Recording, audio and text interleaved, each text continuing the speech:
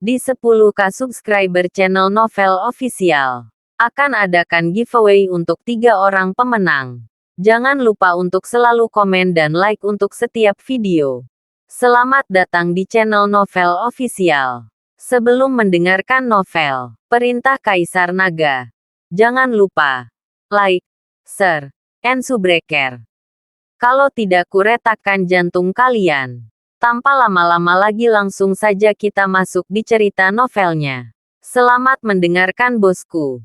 Bab 491.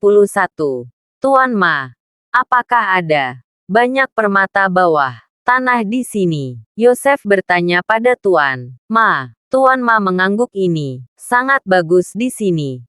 Pintu masuk ke tambang harus ke arah barat laut. Anda mengirim seseorang untuk melihat ke arah itu. Oke, Yosef sangat gembira jika orientasi ditentukan. Hanya masalah waktu sebelum menemukan pintu masuk ke urat biji baru. Tampaknya seluruh Gunung Hengshan akan menjadi miliknya di masa depan. Tetapi ketika Yosef senang, dia tiba-tiba menemukan bahwa sekelompok orang keluar dari hutan. Itu adalah Tony Song dan yang lainnya. Melihat Tony Song membawa orang keluar, dan sepertinya dia tidak terpengaruh sama sekali. Senyum di wajah Yosef tiba-tiba membeku. Kamu, bagaimana kamu keluar? Yosef bertanya dengan kaget, dan Master Nama mengerutkan kening dan berkata kepada Yosef, apakah seseorang keluar? Ya. Semua orang dari keluarga Song telah keluar, dan mereka tidak terjebak sama sekali. Yosef berkata kepada Tuan Ma, bagaimana mungkin? Tuan Ma mengerutkan kening lebih dalam. Hahaha.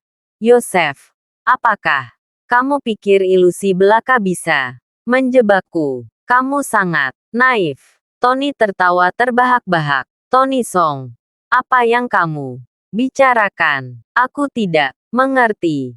Ilusi macam apa? Yosef pura-pura tidak mengerti dan berkata, kamu bisa berpura-pura. Akan ada saat ketika kamu tidak bisa mempertahankannya. Tony Song memelototi Yosef, lalu menginstruksikan bawahannya dan berkata, silakan dan cari pintu masuk tambang segera.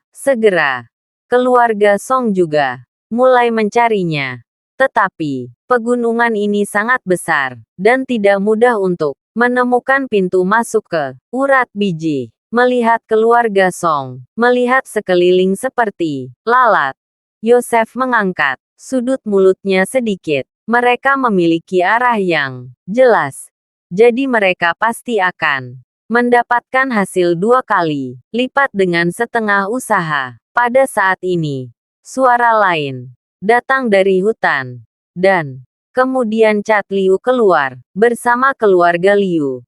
Tetapi mereka tidak seberuntung itu. Banyak orang jelas kelelahan, dan jumlahnya berkurang setengahnya. Begitu dia berjalan keluar dari hutan, Cat Liu menatap Tony Song dan Yosef dengan wajah muram. Kalian berdua, siapa yang curang? Berani menggunakan ilusi untuk menipuku. Tampaknya Cat Liu mengetahui bahwa semua yang ada di depannya hanyalah ilusi setelah membayar harganya. Siapa lagi di sana?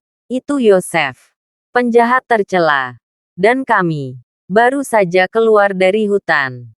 Tony Song menunjuk ke Yosef. Tony Song, jangan meludahkan darahmu. Apalah kamu melihat aku yang melakukannya? Aku juga bisa mengatakan bahwa kamu melakukannya. Jika kamu juga terjebak dalam ilusi, mengapa kamu keluar dengan selamat? Yosef tidak ingin keluarga Song dan Liu bergabung. Jika tidak, dia tidak akan memiliki kesempatan untuk menang. Kali ini, ketiga pihak saling memandang dengan kewaspadaan di mata mereka. Pada saat ini, setelah Dev mencapai puncak gunung. Dirinya dalam keadaan gembira. Dia bisa merasakan bahwa energi spiritual yang tak terhitung jumlahnya naik dari tanah, seolah-olah menembus seluruh puncak gunung. Dia dapat menyimpulkan bahwa pasti akan ada sejumlah besar batu spiritual di bawah kaki mereka. Aku menemukannya. Aku menemukannya. Tiba-tiba, keluarga Feng yang mencari pintu masuk ke urat biji berteriak keras. Kali ini, semua orang berlari untuk menemukan suara itu, hanya untuk melihat seorang pelayan keluarga Feng memegang pemecah batu di tangannya. Dan di depannya, ada lubang yang jaraknya kurang dari 1 meter. Bagian dalam lubang itu gelap, dan Anda tidak dapat melihat apapun. Tetapi, menurut pengalaman masa lalu, jika Anda menggali di sepanjang lubang, Anda pasti akan dapat menggali urat. Munculnya pintu masuk Vena biji membuat suasana ketiga pihak langsung tegang, seolah-olah ada kemungkinan menembak kapan saja. Tak satu pun dari kita tidak bisa memastikan bahwa ini adalah pintu masuk ke urat biji. Dan apakah urat biji itu kaya akan permata atau tidak? Kita hanya menebak-nebak. Mengapa kita bertiga tidak bergabung untuk membuka lubang itu dan melihat apa yang ada di dalamnya sebelum membuat keputusan? Cat Liu menyarankan Tony, Song dan Yosef. Bab 492. Runtuh bagaimanapun kekuatan keluarga mereka adalah yang terburuk sekarang. Jika situasinya tidak diketahui sekarang, jika tiga keluarga bertarung, itu akan menjadi sedikit tidak berharga. Jangan kehilangan banyak. Saat itu, ternyata tidak ada apa-apa di dalam biji. Oke, aku setuju. Tony, Song mengangguk.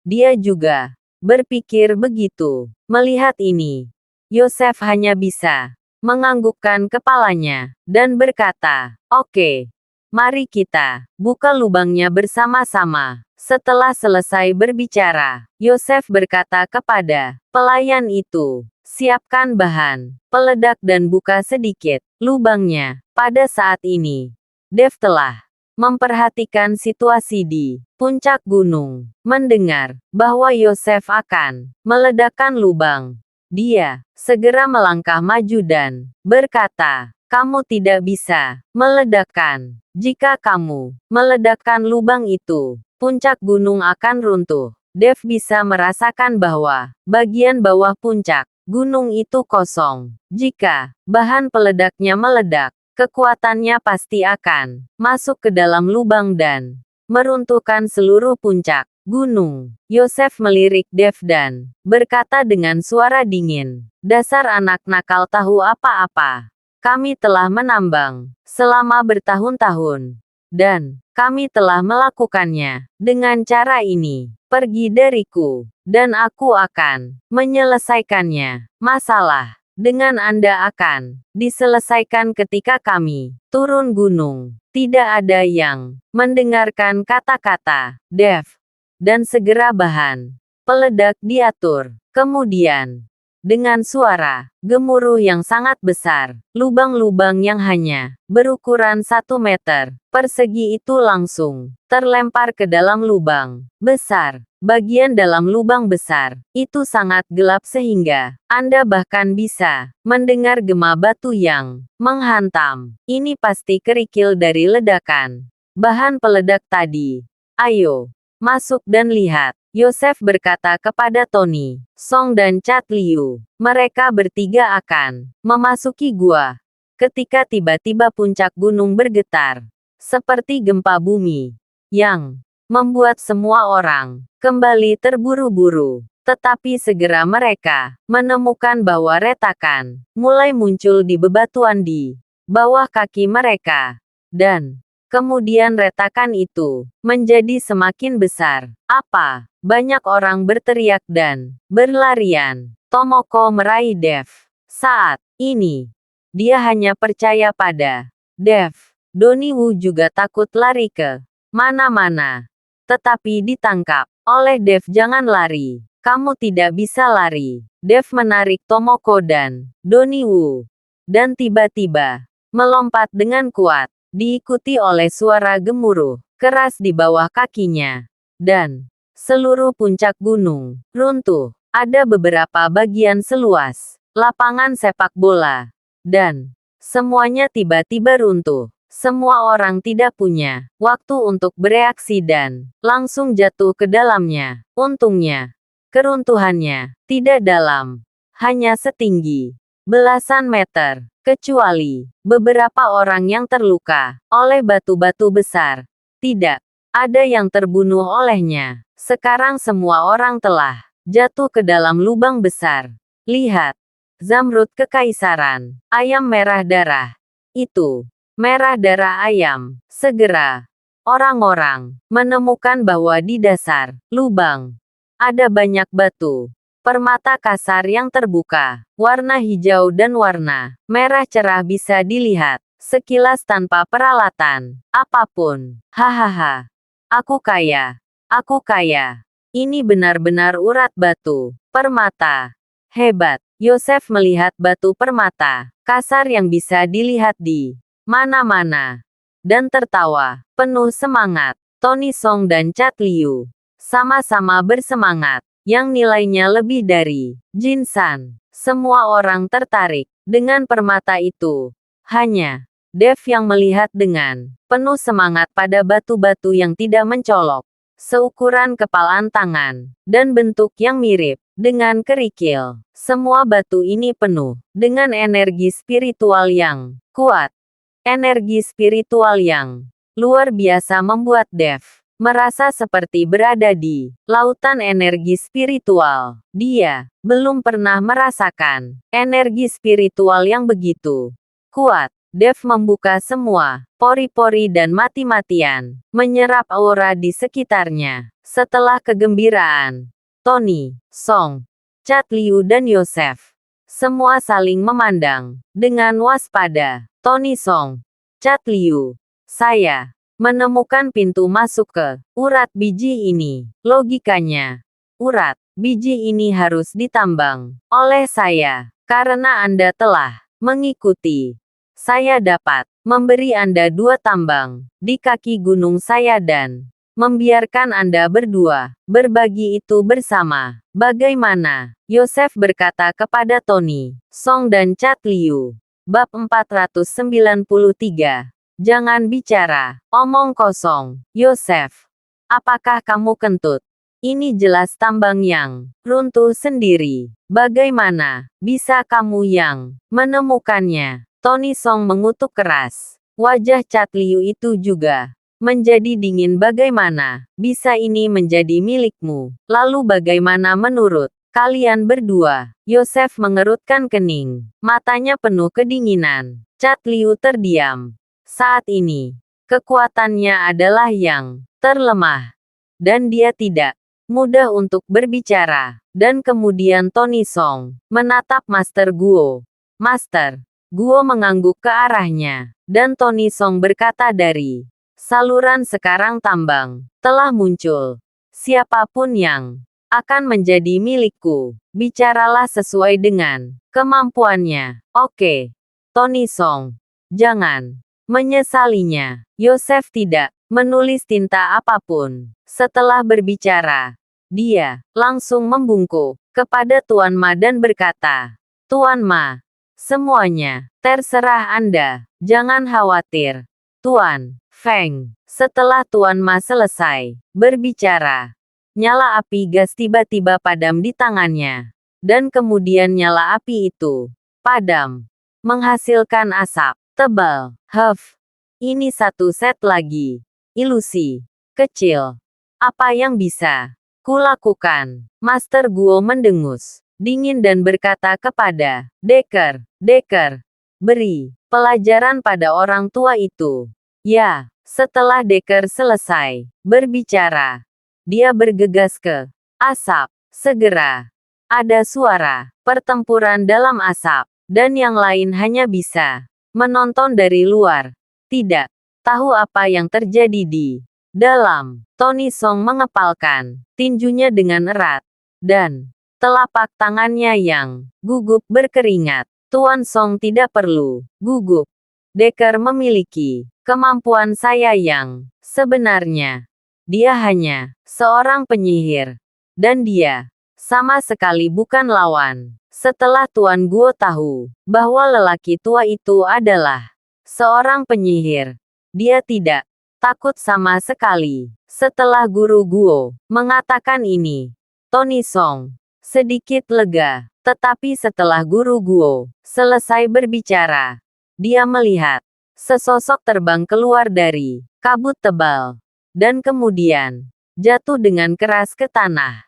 Decker, mata Tuan Guo tajam, dan dia dapat melihat sekilas bahwa ini adalah muridnya yang besar. Terlihat dada Decker cekung saat ini. Jelas beberapa tulang rusuk patah, dan sudut mulutnya penuh darah. Dia membuka mulutnya untuk mengatakan sesuatu, tetapi begitu dia berbicara, darah menyembur keluar, kabut tebal menghilang, dan terlihat Master Ma berdiri dengan kacamata hitam di belakang punggungnya. Siapa bilang penyihir hanya bisa melakukan sihir dan tidak bisa bertarung dalam jarak dekat? Tuan Ma mencibir dan melepas kacamata hitam yang dia kenakan. Matanya putih dan dia tidak bisa melihat bola matanya yang hitam sama sekali. Tetapi Tuan Ma melambai kepada Tuan Guo seolah-olah dia melihatnya. Aku tidak perlu operasi. Hukum juga bisa mengalahkanmu. Apakah kamu seorang praktisi seni bela diri? Ekspresi Guru Guo berubah, dan ekspresinya menjadi sangat serius. Jangan bicara omong kosong. Lakukan saja jika kamu memiliki kemampuan. Jika kamu tidak memiliki kemampuan, maka pergilah. Tuan Ma menyeringai, dan suaranya terdengar seperti guntur yang membuat banyak orang gemetar. Ketakutan. Tuan Guo merasakan hawa dingin di hatinya. Dia tidak memiliki kepercayaan diri. Pada awalnya, dia benar-benar tidak berpikir bahwa Master Ma adalah seorang seni bela diri dan seniman bela diri. Jika ini terjadi, bukankah dia tidak akan memiliki kesempatan untuk menang? Tetapi masalahnya telah sampai pada titik ini. Tuan Guo tidak bisa menahan diri untuk tidak menggigit peluru, dan otot-otot tubuhnya berderak dan berjalan menuju Tuan Ma. Kamu melukai muridku.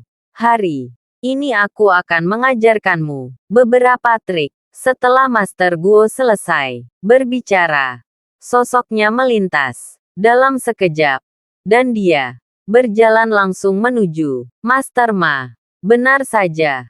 Kali ini, Tuan Ma tidak menggunakan mantra apapun, tetapi telinganya terus-menerus bergetar. Setiap serangan Master Guo bisa dihindari oleh Master Ma. Segera keduanya bertarung seperti angin puyuh. Angin menderu membuat batu-batu itu terbang, dan semua orang hanya bisa menghindarinya. Tuan Guo, kamu bisa.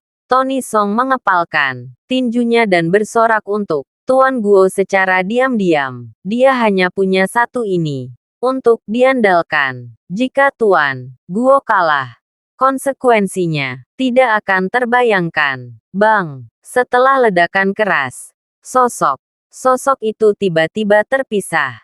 Tuan Guo mundur beberapa langkah untuk menstabilkan sosoknya. Dan Tuan Ma tidak cukup kuat. Dia mundur beberapa langkah sebelum berdiri kokoh. Bab 494. Sepertinya aku meremehkanmu. Ayo, datang lagi. Setelah Master Nama selesai berbicara, dia melompat-lompat. Tuan Guo juga memiliki kepercayaan diri saat ini, mengetahui bahwa kekuatan Tuan Ma ini tidak lebih dari itu. Dan dia melompat dan bergegas, tapi baru saja bergegas ke depan. Saya melihat Tuan Ma melambaikan tangannya, dan awan asap tebal langsung membungkus Tuan Guo. Dan kemudian asapnya menjadi lebih tebal dan lebih tebal. Tuan Guo sedang dalam suasana hati yang buruk dan ingin mundur dengan tergesa-gesa. Tetapi dia mendengar suara siulan di belakangnya, dan dia buru-buru menundukkan kepalanya untuk menghindari pukulan. Tercela. Bukankah kamu mengatakan kamu tidak membutuhkan sihir? Tuan Guo berteriak dengan marah. Hahaha. Aku lebih baik darimu dengan kemampuanku. Apa yang begitu hina? Tuan Ma tertawa. Dalam kabut tebal ini, dia adalah tuannya. Dan Tuan Guo, seperti lalat tanpa kepala, melihat adegan ini. Wajah Tony Song sangat jelek. Dia tahu itu sudah berakhir. Benar saja. Tak lama kemudian tubuh Master Guo terbang keluar dari kabut tebal. Darah menggantung dari sudut mulutnya. Dan dia menatap Master Ma dengan tubuh gemetar. Seni Suangxiu dan seni bela diri benar-benar kuat. Dan saya bersedia tunduk dengan kekalahan. Tuan Guo berkata kepada Tuan Ma dengan wajah jelek. Melihat kamu juga terkenal, aku tidak akan membunuhmu hari ini. Pergilah. Tuan Ma melambaikan tangannya. Master Guo mengepalkan tinjunya. Dan segera memerintahkan seseorang untuk membawa Decker pergi. Tuan Guo, Anda tidak bisa pergi. Anda tidak bisa pergi. Apa yang harus saya lakukan? Jika Anda pergi, saya dapat menambahkan uang kepada Anda sebanyak yang Anda mau. Tony Song berkata kepada Tuan Guo, Tuan Song, ini tidak ada hubungannya lagi dengan saya. Saya bukan tandingan, Tuan Ma. Jadi saya tidak punya pilihan. Tuan Guo melepaskan Tony Song dan pergi tanpa melihat ke belakang. Kali ini, Tony Song tercengang. Seluruh tubuhnya pingsan. Dan tubuhnya ingin jatuh ke belakang. Ayah Tomoko buru-buru mendukung Tony Song. Hahaha. Bagaimana menurutmu? Aku baru saja memberimu kesempatan. Kamu tidak tahu betapa langkanya itu. Dan sekarang, kecuali urat biji ini, yang merupakan milikku. Seluruh urat biji Hengshan adalah milikku. Dan siapa di antara kalian yang berani menentangku? Tidak setuju. Kamu akan mati hari ini. Yosef tertawa liar. Yosef, keluarga Liuku tidak akan merampokmu. Kami hanya mengelola tambang kami sendiri. Melihat ini, Cat Liu berkata kepada Yosef, sudah terlambat. Sekarang, kalian berdua harus keluar dari kota pegunungan. Untukku, aku tidak suka melihat siapapun menambang-tambang di tempat ini kecuali keluarga Fengku. Yosef berkata dengan bangga. Yosef, kamu tidak ingin menipu orang terlalu banyak. Cat Liu akan mati karena marah. Apa? Aku akan menggertakmu. Apa yang bisa kamu lakukan? Apakah kamu ingin menantangku juga? Yosef memandang Cat Liu dengan jijik. Saat ini dia sudah sangat arogan. Yosef, bahkan jika aku mati, aku tidak akan meninggalkan kota pegunungan. Ini masalah besar. Aku siap untuk mati. Tony Song menggertakkan giginya dan menatap Yosef. Dan kemudian berkata kepada Cat Liu, jika kita bergabung, kita mungkin akan dapat melawan Yosef. Dan kemudian tambang akan dibagi rata di antara kita berdua. Cat Liu memandang Yosef dengan tatapan panik. Lalu mengangguk. Oke, ayo bergabung. Yosef melihat aliansi keduanya dan tidak khawatir sama sekali. Orang-orang yang dibawa Tony Song telah pergi, dan mereka tidak memiliki kekuatan sama sekali. Karena kalian berdua mencari kematian. Jangan salahkan aku karena kejam. Mata Yosef bersinar dengan niat membunuh. Dan dia melambaikan tangannya. Berikan padaku. Bunuh mereka semua. Tuan-tuan yang dibawa oleh Yosef semuanya melompat. Dan Tuan Ma menggerakkan jari-jarinya. Dan kabut hitam melayang ke arah keluarga Liu dan keluarga Song. Bergegas, Cat Liu dan Tony Song. Semua meraung keras. Mereka tahu sudah waktunya untuk bertahan hidup. Segera, kedua belah pihak berkelahi bersama.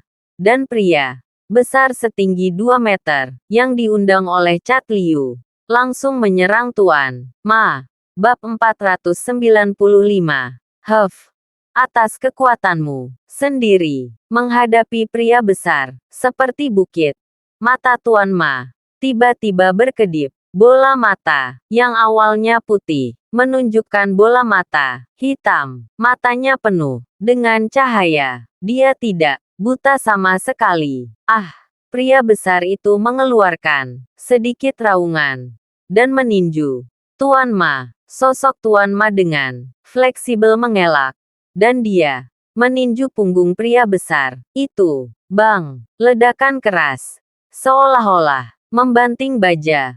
Langsung membuat Grandmaster Ma mundur beberapa langkah. Lengannya sedikit mati rasa. Ternyata dia berlatih kungfu horizontal. Tuan Ma sedikit mengernyit. Pria besar yang dipukul itu sangat marah.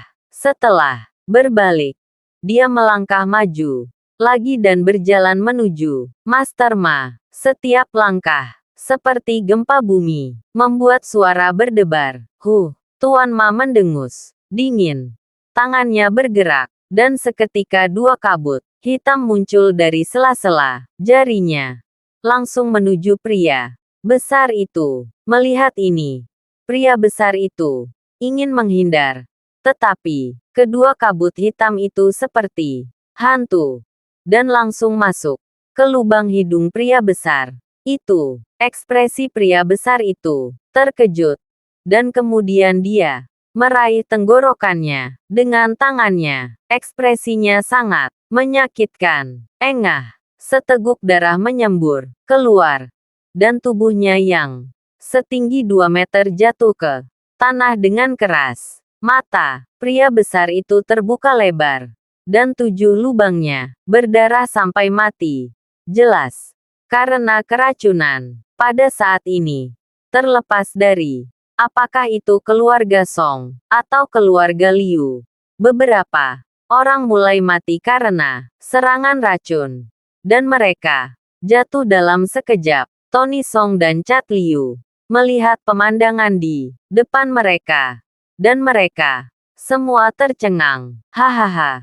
Kalian berdua ingin bertarung denganku. Aku hanya memberimu kesempatan, tetapi kamu tidak dapat mengambilnya. Kalau begitu, mati saja di sini. Hari ini, Yosef tertawa. Sekarang, Tony Song dan Cat Liu telah menjadi domba yang patuh untuk disembelih. Wajah Tony Song dan Cat Liu menjadi sangat jelek, dan akhirnya Cat Liu menghela nafas tak berdaya. Yosef, aku bersedia memberimu semua tambang keluarga Liu, dan aku akan mundur dari kota pegunungan mulai sekarang. Melihat Cat Liu berkompromi, wajah Tony Song menjadi semakin sulit untuk dilihat. Tony, bagaimana denganmu? Yosef memandang Tony Song dengan main-main dan berkata sambil mencibir. Tony Song menggertakkan giginya.